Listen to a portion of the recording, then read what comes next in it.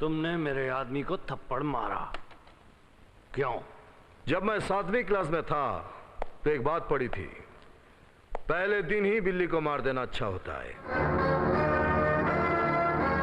पानी में रह के मगरमच्छ से बैर करोगे? जब मैं पानी में उतरता हूं तो मैं भी मगरमच्छ बन जाता हूं। तो इस शहर में आना महंगा पड़ेगा। ये आचार्य यूं ही नहीं कहे जाते। ये संगीत के साथ साथ क्राइम की दुनिया के भी प्रोफेसर हैं, इसलिए आचार्य कहे जाते हैं। मैं भी शास्त्री ऐसे नहीं कहा जाता। मैं क्राइम की दुनिया का फिलोसोफर हूं, इसीलिए शास्त्री कहा जाता हूं। आप इसे पूछिए ना, इन्होंने मुझे थप्पड़ क्यों मारा था? आप चाय पी रहे हैं, प्याली जरूर चाय से ठंडी होगी, इसीलिए आप हाथ से उठाकर पी रहे हैं। अगर प्याली चाय से ज्यादा गर्म होती तो आप क्या करते? पटक देता। बिल्कुल सही। आपने इन महाशय को भेजा था फूल देकर। इनके तेवर ऐसे थे कि चाय से ज्यादा चाय की प्याली गर्म थी। वो तो शुक्र है कि मैंने इसे पटका नहीं, सिर्फ थप्पड़ मारा। सबको एक ही डंडे से हाँक देते हो, बेसुरे कहीं के।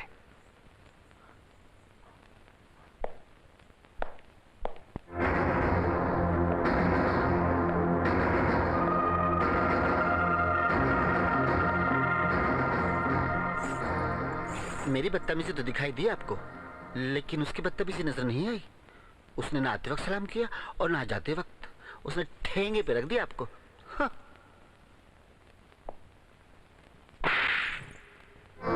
ये किस इंस्पेक्टर को भेज दिया यहाँ? अच्छा, आप अजय शास्त्री की बात कर रहे हैं? हाँ वही। वो ना तो सुर में है ना ताल में। आचार्य जी, वो तो हमारा सबसे होनहार इंस्पेक्टर है। आप देखिएगा कुछ ही दिनों में पूरे इलाके को ठंडा करके रख देगा और क्रिमिनल्स तो ऐसे भागेंगे जैसे भूकंप आने पर चूहे भाग जाते हैं। और इसका क्रेडिट आपको मिलेगा। क्रेडिट कार्ड नहीं चाहिए मुझे, तुम फौरन उसका ट्रांसफर करो। उसने कोई गलती की है या कोई बदतमीजी की है? एक मामूली इंस्पेक्टर का ट्रांसफर कराने के लिए मुझे तुम्हें पूरा डिटेल बताना पड़ेगा। आचार्य जी, उसे अभी अभी तो वहां भेजा है और फिर ट्रांसफर करने में कुछ दिन तो लग ही जाएंगे। सुर में बात करो।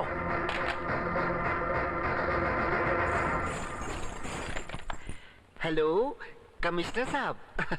आप चिंता ना करें, ये तो इनकी पुरानी आदत है। बाय।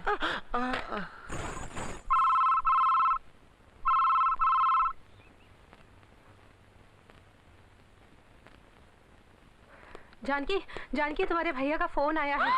मेरे भैया का फोन? सॉरी रीटा।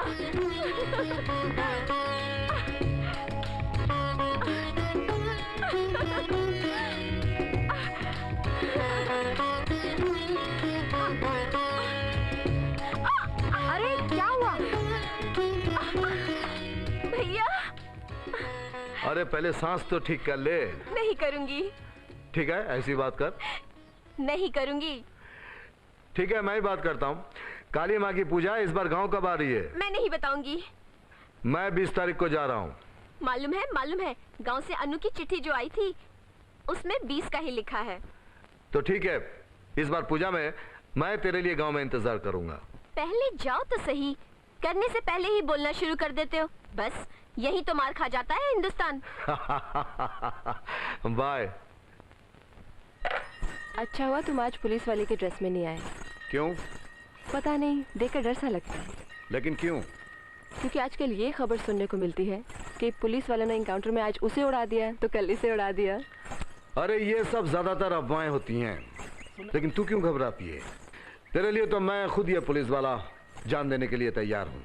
बस बस रहने दो, तुम जान क्या दोगे? आज तक जुबान तो खोल नहीं पाए। बड़े ठाकुर से बात किया कभी हमारे बारे में? और ये तीसरी काली पूजा आ गई है। इस बार मैं ठान कर आया हूँ कि उनसे मैं जरूर बात करूंगा। जरूर बात करना, क्योंकि अब मेरी उम्र शादी के लायक हो गई है। और अगर घर वालों ने फटाफट मेरी शादी की और कर दी तो? अरे तू चिंता मत कर, अगली काली पूजा में हम तीनों जने एक साथ पूजा करेंगे।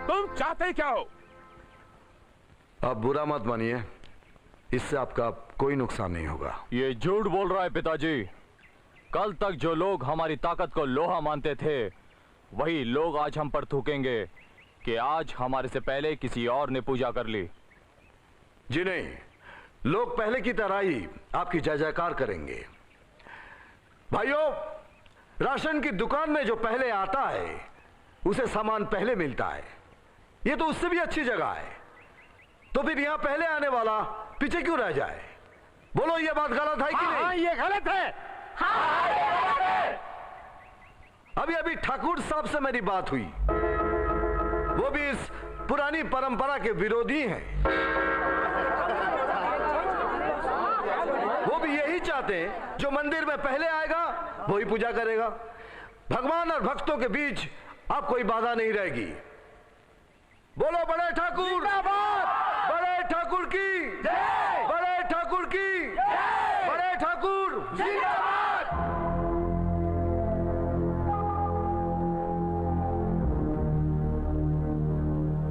आज उसने हमारी इज्जत का फलूदा बना दिया।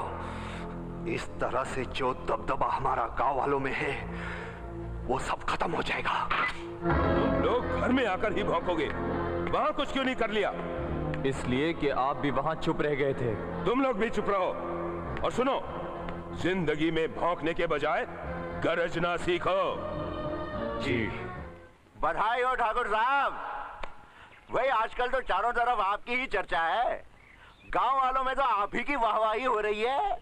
जले पर नमक छिड़कने के लिए तो नहीं आ गए? नहीं नहीं, बिल्कुल नहीं। इंस्पेक्टर, बुरा मत मानना, मैं तुम जैसे वर्दी वालों को समझता हूँ, इसलिए जानता हूँ कि टुकड़ा कब और कितना डालना चाहिए।